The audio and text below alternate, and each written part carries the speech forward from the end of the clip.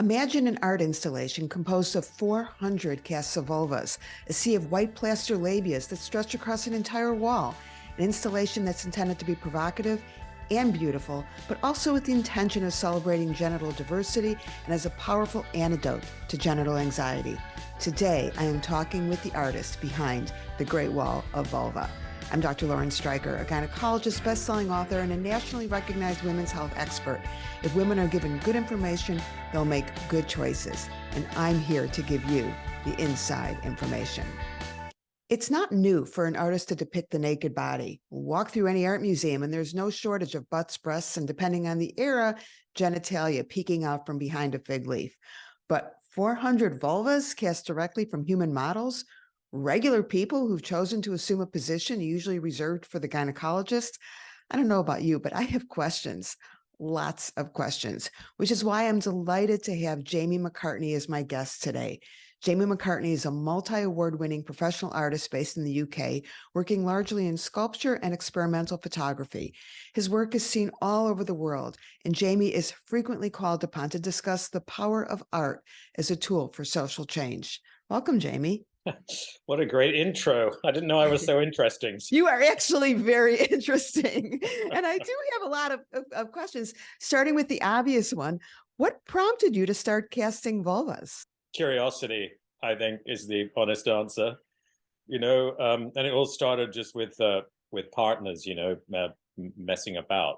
So it didn't really become something, a sort of significant artwork idea until I'd cast a few people and then started going, whoa, this is interesting. Sort of people found out I was doing this, then started asking me to cast their genitals. And I have to say, this is not why I went to art school. So it's a bit of a surprise, but and then, yes, so there were penises, there were vulvas, there was anything people wanted, really. So what I want to do is I want to focus first on just the process and the experience and all that. And then we're going to talk a little bit about the impact, the social impact of your work. I mentioned in my introduction, your models, they weren't actresses. I mean, these were not art models that are used to taking off their clothes to be painted or photographed. These were just like regular strangers who agreed not only to get naked in front of a stranger, but to have that stranger lay his hands directly on their vulvas. So can you talk a little bit about how you recruited these models, how you found them, and how you got them to agree to do this? Yeah, I have to say, to begin with, it wasn't easy. When I started this project, I was relatively unknown. So I just asked everybody with a vulva, and most people said, are you crazy? Wait. You asked everyone with a vulva, like at cocktail parties, out on the street, you went to the grocery store, you just walked up to strange women and said, hey, I'm an artist. We want to come to my studio, take off all your clothes so I can cast your vulva? I want to know, how did you do it? Yeah. Well, I had a sculpture studio, so I was, legitimized at least that I could say, this is what I do for a living. But I would ask people in social situations. I asked all my friends, most of them remain my friends. But to begin with, it was difficult. And, I sort of thought, okay, where am I going to find people? And I thought, well, maybe I'll go to fetish clubs and find people there, because these are people who are quite happy to take their clothes off in public. And not just their clothes, but also this is really genital focused. So I have to say, it didn't take long for sort of word to get out and for people to start contacting me, asking to be part of the project. So it kind of snowballed and gained its own momentum after a short while. Yeah, I mean, that's interesting that you started off having to basically talk women into it, and then suddenly they're, saying, hey, I want to be part of the project. I frequently talk about how women are very self-critical when it comes to their bodies in general, but, particularly when it comes to their genitals. And it's gotten much worse since pubic hair removal has become the fashion and people can really see what's going on. And you mentioned that when casting, a lot of your models expressed dissatisfaction with the appearance of their genitals, that their labia were too long or their clitoris was too small or too big. So talk about that, how that came up. Did they bring it up? Did you ask? How did you learn that there was this genital shame, if you will? Yeah, it's interesting. In fact, what happened was I was working on a piece for a sex education museum, which used to exist in London. And it was a wall of genitals. And that's kind of how this started, really, was working on that piece. The women coming to be cast were seeing the cast of the other women who'd come before them. And they'd say things like, "Oh, I wish mine looked like that one." And I'd be like, "Why? What's so good about that one?" And they would say things like, "Oh, it doesn't have any frilly bits or whatever." And I was just like, well, "What do you mean?" I had no idea that some women suffered from genital anxiety. I understood that men did, as a penis owner, I've been through that curve myself and with my friends, so, but I had no concept that women worried about their genitals. You, So you it was just assume that all women love their genitals, which is it's interesting not, because by your own admission, men also somewhat self-critical, and yet it yeah, surprised you that women had some insecurity about their genitals. it had never been expressed to me. So I just wasn't, maybe it's just ignorance, isn't it? Until someone tells you something, you just don't know. It's true of everything. And then, because I'm kind of a socio-political artist, when I find something that I find is interesting, when I think, okay, that's interesting, let me find out more about this. I started doing some research and discovered that labiaplasty surgeries were the fastest growing cosmetic surgery in the UK. And I was just like, well, that's interesting. In fact, the NHS, the health service, stopped doing them because people were coming for cosmetic reasons rather than just for medical reasons. And very young women also, teenagers ask, because in the States, of course, we have the same issue. Yeah, increasingly young, teenagers. And sort of, so I thought, well, where is this idea coming from that somehow women are believing that they're defective down there and need to be fixed? It's not my opinion. A lot of what we do with our bodies, whether it's hair, makeup, nails, clothes, and then moving on to surgeries, tattoos, body modifications in various ways, it often comes down to the same thing, which is that we want to look as good as we can because we want to be attractive in whatever way that means. And I think it really comes down to we want to be loved. And so I was just like, what?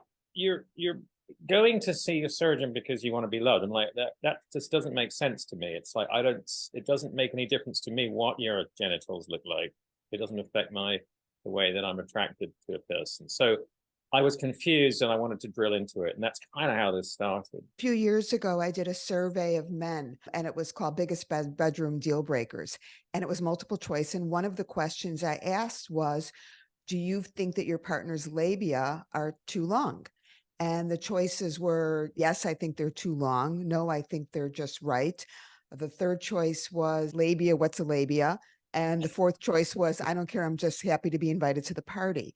And the number one answer was, I'm just happy to be invited to the party. And I think that says it all right there, what you have expressed and what you've discovered, that for men, most of them don't know and don't care, but it has to do with self-esteem and this perception that they're not going to be sexually attractive or loved unless there's a certain appearance to the labia. But I want to get back to when you're actually casting the women. This came up as part of the discussion, right? So did they bring it up spontaneously, or did you ask, how do you feel about your labia? How do you feel about your external genitalia? No, I would never bring it up. What was really important is, people coming into an artist studio, they by and large didn't know me. They came with their friends or partners, or often they came on their own. So it was really important that, they needed to trust me and sort of almost like me. And so, in those first few minutes of conversation, we're basically sort of finding out about each other. Am I safe with this person? Is this something I should be doing? I was going to say, I mean, you're this cute young artist, and I don't know if you had an assistant or if you're alone in the studio, but it's, could be a little frightening for someone as far as it being a safe space. Well, exactly. So it was very important to make it a safe space. And there was a very clear model release that they had to sign so they could be very aware what was going to happen, et cetera, et cetera. So by the time we got into the studio, people had already spent some time with me and were like confident, because at any point they could say, no, I don't want to do this. Right. But they're confident. How often did that happen? Did that happen that someone would change their mind, or not too often? Never happened. In fact, more often than not, the people that they brought with them that weren't intending to get cast decided to do it as well. Oh, that's so funny.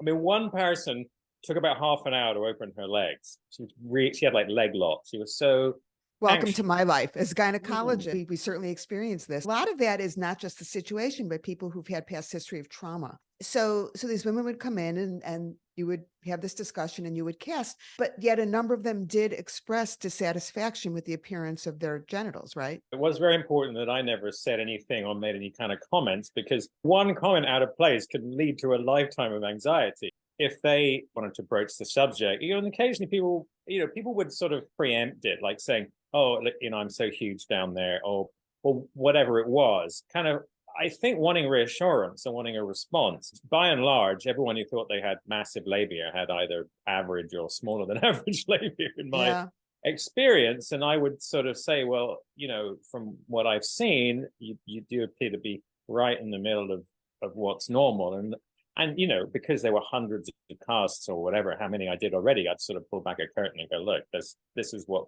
people look like. So already the people who were coming to be cast were getting a direct education in the way that visitors now to the museum can get the same sort of education. But I think for the people who actually got cast, it's a really profound experience.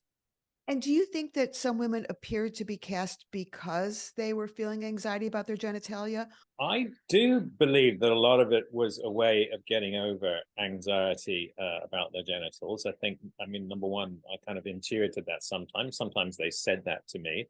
But also in my own experience, modeling nude for other artists was also, if you like, a way of challenging myself to get completely naked in front of a stranger and see what that feels like. And my experience was that having done it, after a few seconds, you're like, well, that happened. And, it just changes that anxiety forever. And I think that's what happened for a lot of these people. And maybe they kind of thought that might happen. So yeah, I think it was therapeutic for certain people to come along. I can imagine. And I know you weren't casting penises as part of the project, but do you think men are as self-conscious and might have some of the same response to that kind of a project if you were doing penises instead of vulvas? I have done a wall of penises. The piece that I did for the Sex Museum in London was men and women together. And, the difficulty, the men also needed to be flaccid and erect. So arousal was part of their experience, which was another level. But I think the difficulty with that piece is that larger penises are overrepresented in that project. It's a self-selecting group. They're proud of their penises. They want to show it to the world. They wanted to get out their schlongs, and so it's really hard to get men who are kind of smaller than average to come and be cast. And I've wanted to do more of these, but it's been a problem. And the last thing I want to do is produce work which champions larger penises, because they do exactly the opposite of what I'm trying to do with the work. So it's sort of it's a bit of a fail in that regard. I mean, obviously, there's a lot of different motivations why a woman might choose to do this. One of them being to get past that self-shame, if you will. But for some women, do you think that it was an arousing experience, that they did it just because of the erotic factor behind it? And then if that was the case, how did you handle that? Yeah, definitely that was the case on occasions. I wasn't always aware that this was the case. I found out later, because I asked all the women who participated to write about their experience in order to do the book that I did. That's a book. Oh, is that in the book? I know that we're going to talk about the book later. So there's more than 100 stories of the women who participated. And I was a bit shocked to read some of the motivations. Can you share one story now, just as a teaser for some of the stories in the book? People have just said, I just came to get my jollies. I thought it would be exciting to get my genitals out, and it was literally just a sexual fantasy being kind of lived out in my studio. I'm no stranger to arousal. Arousal is not an invitation in either direction. Right. And it was just important to separate, that's because arousal can be completely unintentional. Right. We're not always, in control of that. So it's not like, people would necessarily becoming aroused deliberately, although that definitely was. Or that they'd anticipated that they would be aroused. They might have been surprised by the fact that they found it to be an arousing, sexually exciting experience, even though that was not the intent. No, and the workshop is not the sexiest place, let me tell you. So I know, bright. Well, we're going to talk about the process, the bright lights and the plaster and all that. But but before we get to that, as a gynecologist, obviously I've seen thousands of vulvas in my lifetime. Yet when I saw the wall for the first time, I was struck just by the beauty of the work, and photos don't do it justice. You kind of need to really have the in-person impact. But of course, and I mentioned this to you when we met, As a gynecologist, I immediately started picking out which vulvas had obstetric tears, which were clearly postmenopause, which with specific gynecologic conditions. Part of the beauty of this work is the incredible range of vulvas that were included. I mean, it wasn't like you were casting porn actresses with a very specific look, the perception of what an attractive vulva is. So talk about the range of your models in terms of who they were, their age range, all of that. Age range is 18 to 76. I wanted to make it as broad as possible. There was no selection process. As long as you were over age and you were able to get to the studio, then you were invited. Once more and more people found out about this, people with particular gynecological problems who felt that it would be important to be representative of that condition sort of came deliberately because they thought that should be included. So I didn't really seek out anything in particular, because you have to understand, I didn't know that much about women's genitals when I started this project. Most men do not. Most women don't, for that matter, quite frankly. We're going to talk about the education value. Yeah. I mean, I know I liked them, but that was as far as it went, pretty much. Yeah. So, it was an education for me. And when I realized that there was, a lot of very personal reasons why people might want to participate, there was lichen sclerosis, there was radical vulvectomy after cancer treatments, radiation treatments. I mean, I saw it all on the wall. Right. For me, it was like a little bit of a gynecologic textbook. And well, there you go. I mean, that's great. I mean, it's great that it's kind of that it has that as well for people who are as experienced professionals as you are, that it's still kind of interesting in that way. Yeah. But I think it was really because it was a self-selecting group. A lot of people came deliberately because they felt that it was a condition they wanted to highlight to other people. Before we get to the impact, I do want to talk about just the specific process, because I know people will be curious. And of course, on your website, the greatwallofvulva.com, you have photos of the process. But could you just describe what would happen when, after she signed the release and you talked to the woman and all of that, and then she would essentially assume the position that one would for a gynecologic exam? So what happened after that? What would you do? Basically, they would get onto what we, hilariously called the casting couch, and they would. I love that, the casting couch. And you had a background in film also, didn't you? Yeah. Yes. Yeah. I worked in the film industry for years, that was kind of the joke. Later iterations of the couch, I actually put a mirror on the ceiling and an angled mirror, so from their position, they could see exactly what I was doing and sort of see their own vulva as well, just kind of pretty clearly. That the angle of the mirror was deliberate. So it helped. Is that something you thought of, or did a woman suggest that? Because we do that in the office. We give women mirrors, and they're very often like surprised and a little bit put off, because women, guys can see their penis easily, but of course women can't see their own vulvas. So I think that was brilliant. But did you come up with that yourself, or did a woman suggest it? Yeah, it was suggested. So I'm like, yeah, I'll that's a good idea. I'll take that one.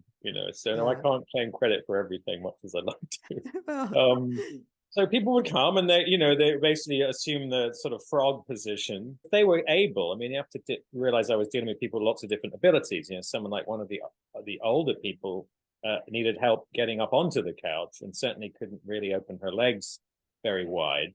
So basically try to get a consistent position, I think, was important. And then I would mix up my stuff. Now, what I use to make the mold is the same stuff dentists use to make a mold inside of your mouth. It's a standard body casting material called alginate, and it's sort of a seaweed-based compound. So you mix that with water, and it forms a sort of a blue goo, and then that literally needs to be manually applied to the vulva. And this is where the hair situation becomes interesting.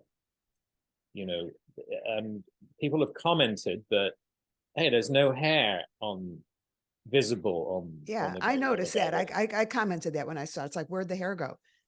Yeah, so you can't really cast hair. If you tried to cast my face, I would just be stuck in the mold. Just because of the hair. Well, this is a podcast, so people can't see your face, but you have a beard and a mustache. I have a beard. Sorry. Yeah. So I have quite a pronounced beard, and it would just get, So I would have to, if I were going to cast my face or any hair, it needs to be flattened down smooth so that the hair doesn't lift up and get trapped in the mold. So any hair would be smoothed down first with Nivea. And in fact, out of the 400 casts in the wall, 80 of them have visible hair, but you have to go up close to see it. So we kind of prepare, put this Nivea on that acts as a mold release, and then literally smear on the blue goo, which sets in about 2 minutes. And on top of that is a layer of plaster bandage, like people might use they used to use it for setting broken bones, same stuff, plaster of Paris. And that sets in another few minutes, and the whole thing comes off together, and that's the mold. At that point, the woman is liberated from the experience, and I have to go, and that's when the work begins, really, is going off to make the cast from the mold, and then all the processes it took to get to being part of the wall. Yeah, it's a fascinating process. I want to talk about the impact of your work, first starting from an educational point of view. And it was also a bit of an education for you, as you mentioned. And originally, it was called the Great Wall of Vagina, not the Great Wall of Vulva. So talk about your personal education and when that change came about. For a long time, the artwork had a working title, Design Vagina, 3 words. Based on, it was a pun on designer vaginas, which is what the labiaplasties used to be referred to. Right. Back then, vagina was common parlance for the whole genital area. And I think by and large still is. It still is, absolutely. That's a big problem. So that basically, and it wasn't a strong enough title. So eventually I kind of started asking people, come on, what should this thing be called? And there was actually a woman who came up with the idea of calling it the Great Wall of Vagina, which is, I like the pun. I think sometimes when you're presenting quite challenging work, using humor is a great way of getting past people's natural defenses. It's like it makes it okay for them to look at it if it's got a funny title. So I think that was very important. One of the real difficulties is not only was it anatomically incorrect, it doesn't translate across different languages. Puns don't really work outside of your own language. And so a lot of people just didn't get it at all. So in many ways, it sort of failed as a title. I had to sort of accept that. But what it did do, I think one of the things is because vagina is or was common parlance and is, and because in some languages, it's vagine, vagina, it's like it does translate in across many languages, even though the humorous pun in the title doesn't. So it worked well. It gained a lot of attention, but as it became more and more popular, more and more people kind of were resistant to it. And I think particularly educators, it's difficult for educators to use it in their work when it's got the wrong name, shall we say. What year was it that the project launched? When was it first shown publicly? And then when did you change from vagina to vulva, just to give us some context here? So I started casting in 2006. It went on and was on television by 2008 and was finished production and was first shown in 2011. So a long time. And the title changed in last year, end of last year. So that was very recent. Yeah. Yeah, it was very recent. Really, I would say it's only really in the last couple of years that there's a sort of real groundswell of vulva being used much more commonly. And I sort of felt when it moved to a permanent show at the museum, it was time to make that change. It's hard to change the title of an artwork. I bet. You are, if you like, shooting yourself in the foot to some extent, because you are going to lose, some audience who are looking for one thing and can't find it now. So, and it presented some challenges, but I felt that it was important to be flexible, to listen to what people had said to me and take that on board and let's go ahead and do it. Yeah, and from an education point of view, I mean, you're out there in the world talking about this to educate people about female genitalia, what's normal and what's not, which is a role I've kind of taken on for myself. It's not something that I ever pictured an artist doing, which had to be kind of unusual for you, I would imagine, when you first started to fill that educator role. I want the work to be, if you like, the educator rather than me. I think it would be foolish for me to think that I really have much to contribute beyond the actual visuals of the work itself. Yeah. And so I've allowed it to be a kind of open source thing. Anyone can view it online. It's free. It's available. If educators want to use images of it, then I make it free. I only charge for use of images if it's a a commercial venture. So I've kind of tried to make it as basically available to everyone as possible, and hope that the work kind of does the educating for me.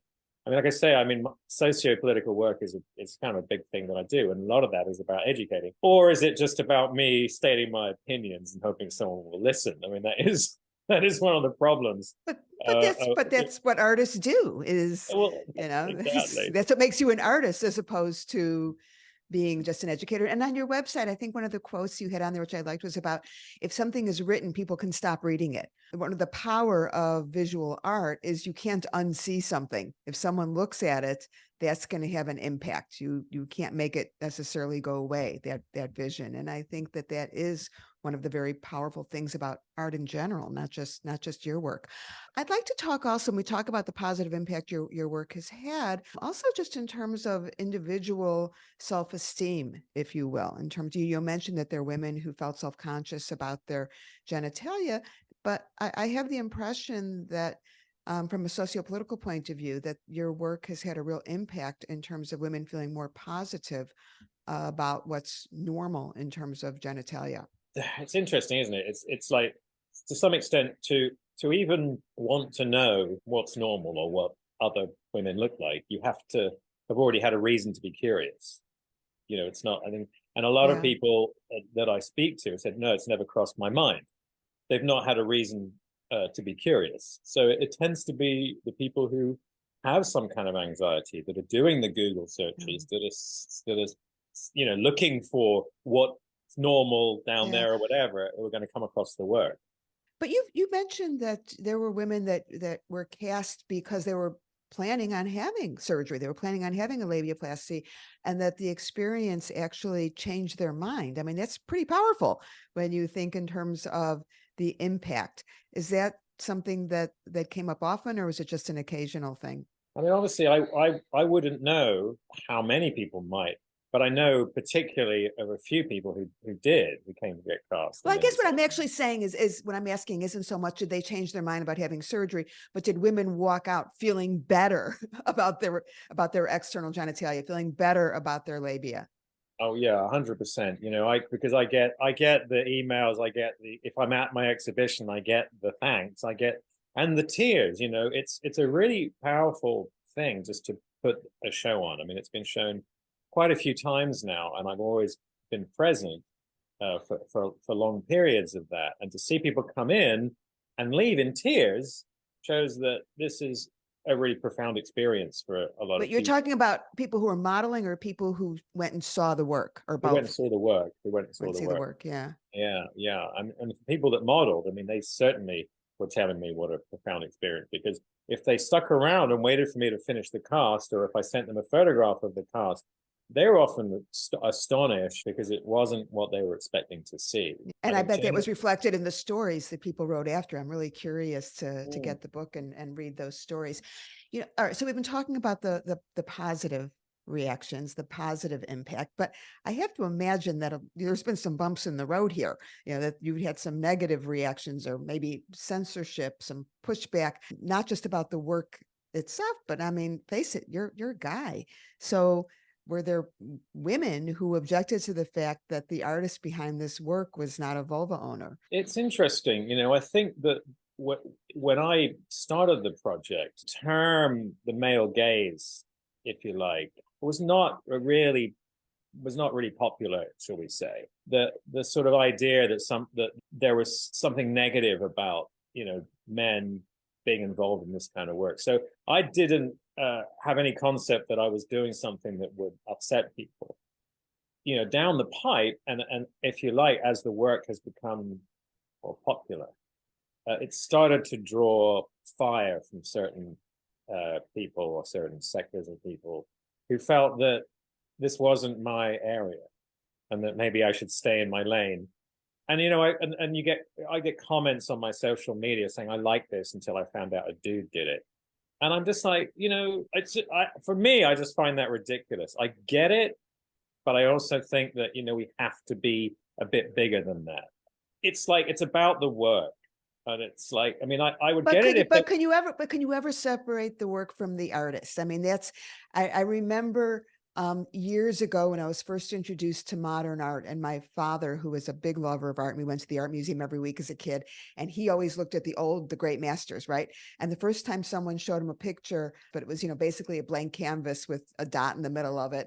And my, dad said the equivalent of, this isn't art, this is, piece of shit. The person who introduced it said, no, you don't understand. It's about the artist and the intent and what the artist was thinking. So, that was kind of my introduction to art, is not just what you see on the canvas or the sculpture, but the intention and the person behind it. Do you agree with that? Or you think the work just speaks for itself?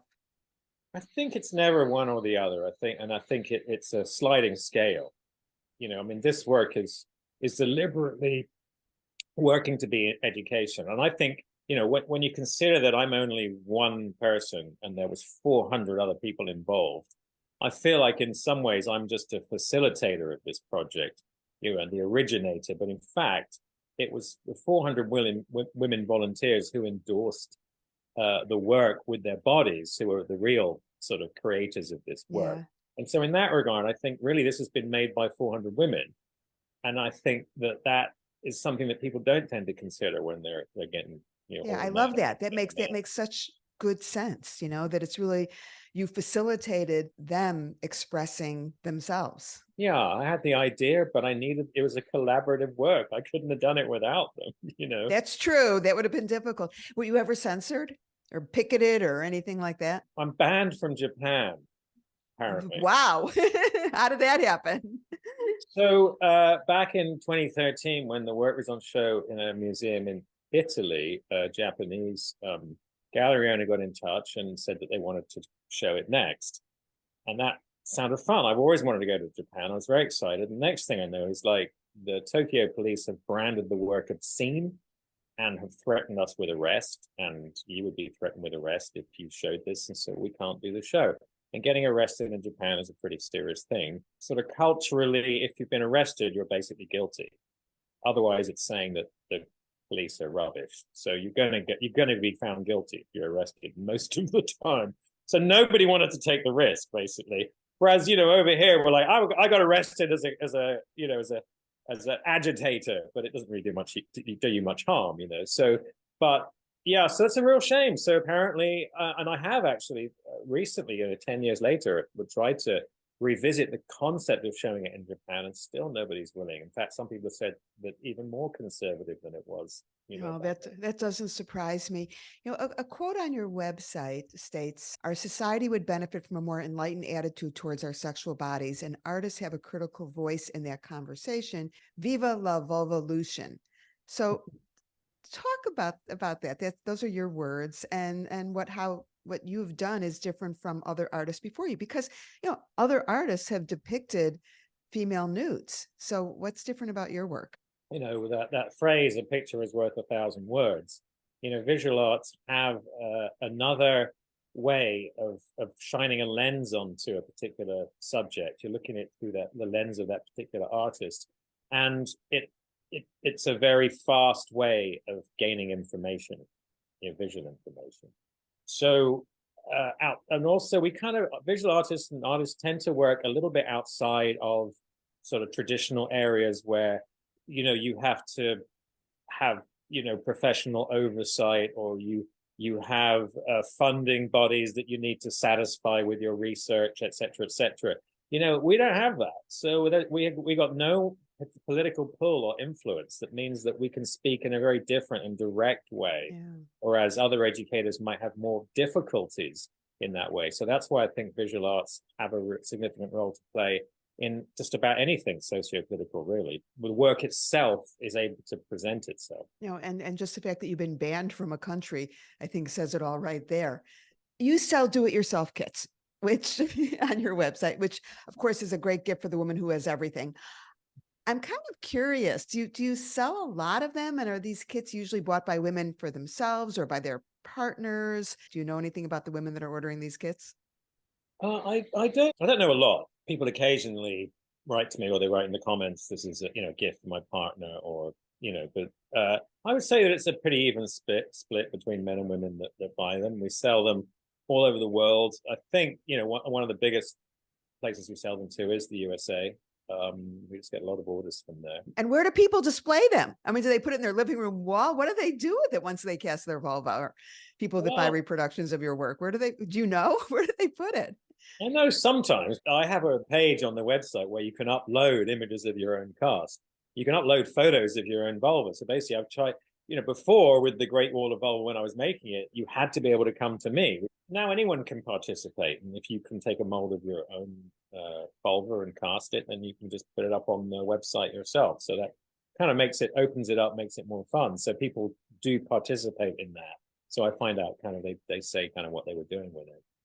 I think you have to split it into two parts. There's the doing of it, and then there's the results of it. So for a lot of people, just doing it is an entertainment in itself. What the results. So they're not necessarily going to display it. They just want to have the experience of casting their vulva, and then they put it in a drawer and take it out on occasion.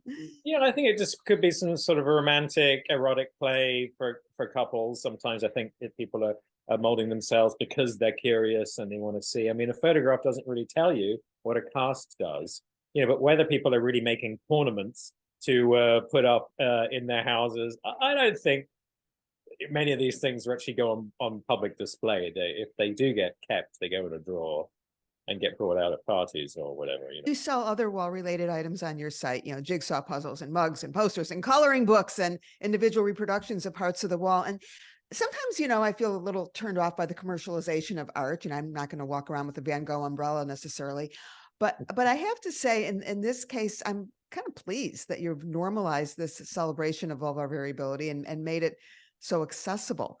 I think everyone should have a Great Wall of Vulva book on their coffee table, just saying. But I also think, yes, I mean, you deserve to make a living and you have to make money, and I, celebrate that and support that.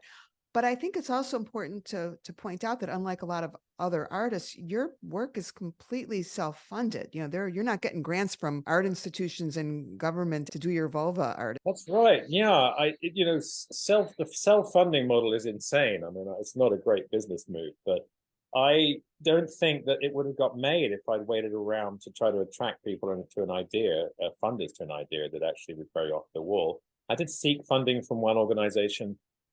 And they were very interested, but they said, because you've already started it, we can't help you fund it. I'm like, The whole thing was self-funded. In the end, I sold shares in it before things like Kickstarter and, those kind of things existed. I had the idea to crowd fund part of it. So there were shareholders in the work, and should I ever sell it, they will all benefit massively. So in the end, I ran out of money. I needed funds to get this thing made. And that's how it happened. So in relation to the merchandising, it is a way of clawing back some of the cost of production. But I was very sensitive about it. It actually took a while before I decided to try to make money from it, because I didn't feel good about it. I didn't want people to think that I just got them in to be cast, to be some sort of commercial exercise for me. So it is a delicate thing when you're, commercializing your work, particularly when you're talking about 400 people's bodies. So, well, and there's a difference also between having your vulva as part of an art installation versus having a reproduction of your vulva sold to the general public. I would imagine some women are saying, wait a minute, you're selling my vulva and making money from my vulvas? Nobody has ever expressed any dissatisfaction or resistance. Or demanded a share of the profits and saying, I want to get, for 50% of every one of my vulvas that's in someone else's living room. Can you imagine the administration itself would bankrupt me, can't. But a lot of the women are shareholders in the project. Everyone was invited to become a shareholder if they wanted to. So some of the models will benefit very well when it sells. One of the things I forgot to ask you before, so I want to circle back to this. You had mentioned to me that at one point you did actually try and cast vaginas, internal vaginas, as opposed to vulvas. Just remind me, because I remember we had a conversation about this before, and I don't remember what you said about the vagina casts. Well, it's much more difficult. And to begin with, it was, sort of, how am I going to go about this? I actually sought I found a woman, researcher who was molding vaginas internally in it, and I actually contacted them, and they offered me some advice on how they went about it. But for me, what I was trying to do was not just cast the inside of the vagina, but also the vulva as well. So the whole thing is connected into one piece. And I've been doing that successfully. I cast them in glass. It's a whole series called Internal Affairs. I do love my puns.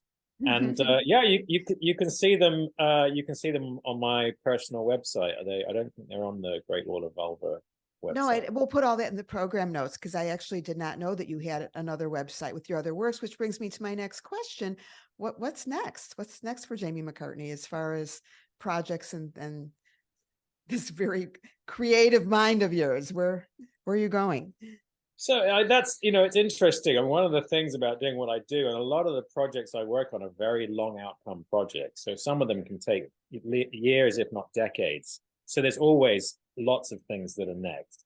So, I mean, for instance, I am trying to mold a vulva from a woman from every country in the world. I think that would just be interesting conceptually. It's quite interesting, but also I'd love to meet someone from every country in the world. So that's fun for me. Every state in the USA is another one. But moving on from vulvas, I'm actually collecting sand or soil from every country in the world for a big project that I'm doing. Okay, now wait. Does this just give you an excuse to travel and then write it off as a business expense? Or of course. I mean, being an artist is a lifestyle business. Don't let anyone fool you. So I get to travel a lot. It's fantastic. But most of the time, people are actually sending me samples through the mail. So I'm collecting that's not that. nearly as much fun. It's not nearly saying. as much fun, but I know I can't go to every country. And, there's a carbon footprint to consider. I'm starting to use the train a lot more in my travels. So, I love taking trains. I used to have a terrible fear of flying. I've pretty much gotten over it unless it's turbulent, but I took trains all the time and I loved it. You have a nice bottle of wine, you look out the window, you really feel like you're traveling, you're looking into people's backyards. It's really a phenomenal experience that I think most people don't take advantage of anymore. No, people, I mean, I even like the old Amtrak, I've been around and I quite enjoy it. So, but yeah, Except there's one really the food is terrible. Let's just be honest. the You food got to is bring terrible. Yeah, bring your own food, bring your own but food, bring your own food. bring your own food. Get on the double-decker train and just look out the window and enjoy yourself. Especially in wine country in California or that. I think the one project that I'm trying to progress at the moment, which your listeners may find interesting, is it's a concept for a Holocaust memorial that I'm working on. And again, I'm not Jewish. People might say stay in your lane, but if artists only ever made art about themselves, it would be pretty dull, right? So no, I'm with you on that. You don't have to be Italian to make great Italian food. There you go. You can learn about other people's cultures and appreciate it and participate without it being your background. Yeah, I mean, I grew up with surrogate parents who were Polish Jews. One of them's entire family was killed at Auschwitz. And so it's been a part of my experience and DNA, if you like, my whole life. And I really feel the pull to make this project. It's a really interesting concept. It involves molding and casting. It has a lot of parallels to some of the other work that I've done. And I'm sort of in that, making the right connections, funding stage of the project right now. Yeah. What are you molding and casting for the Holocaust project? Oh, all right. I'll just have to wait on that one. Yeah. As you know, I'm on the Kinsey Institute Advisory Board, and that's when I met you. It was during this board meeting in Miami when I saw the wall in the museum, and we had our conversation then. How long is the work going to be in Miami, and where is it going next? So it's scheduled to be in Miami for 3 years from last December, so until December 2025, I believe. So it's going to be there for a long time. So this is good news for people in the States to Miami, and I will put the exact location in the program notes. Where is it going after that? I have no plans for it, where it might go after that. I'm kind of hoping the museum would want to retain it and it just become a permanent part of their collection. But that's, I guess that's for down the pipe. Once, maybe in a couple, next year when they're thinking about we want to keep it. I think it's certainly been a really interesting piece for them to have, and just judging from the feedback, people in Miami are loving it. And it's such a tourist destination, but it does open the doors for lots of people from lots of places to see it there. So I think it's a great location. But when I saw the work, I was there as part of a board event, but I went back a couple of days later because I wanted to take my time and look at some of the other works in the museum. And so I had the experience of seeing the Great Wall of Vulva with just people off the street. basically. And just to stand there and watch them was fascinating. And people would kind of, it's like kind of the first time someone walks into a store where they're selling vibrators and they look at everything but the vibrators and then finally work their way over. And it was the same kind of thing that people would look at, turn around and look to see what was on the wall behind it when there wasn't really much of anything. And then they'd finally kind of get close and just to watch people, their reactions and the amount of time they would spend. It wasn't like sometimes you see at an art installation, someone basically walks past it in 15 seconds. That doesn't happen. People spend a lot of time looking, and if they're there with someone talking about it, and the impact was just huge, just being in the room and watching people's reactions. And that has to be very satisfying for you as the artist to observe that. What's great for me is that people don't know that I'm necessarily the artist, so I can watch with impunity about, seeing them get involved with the work. I mean, to paint a picture for people, it's 26 feet long. You can't. Yeah. It's a big thing. It takes a while to walk up and down. That's why I mentioned, you can see pictures of it and it doesn't do it justice. When you're standing there, it is a monumental, overwhelming work that you become immersed in. It's like the difference between being in a movie theater and then seeing that same movie on your TV screen. It's just not the same. Not the same at all. And interesting enough, there was a survey done that showed that people spend more time looking at the blurb next to the artwork than they do at the artwork, generally speaking. So the fact that there's actually nothing written next to this work means you don't have a choice. You have to look at it. You just look at it and try to get out of it whatever comes up for you. And if you find it interesting, there's QR codes and you can, delve into it. But I sort of love the fact that you just come around the corner and there it is, and you're confronted. And let's face it, it is very confronting. Most of us, outside of, professionals like yourself, are only familiar with looking at people's genitals in privacy. It's not something. Even then, I mean, let's be honest, even when someone is looking at someone's genitals in privacy or privacy, as we say, but privacy sounds so much better.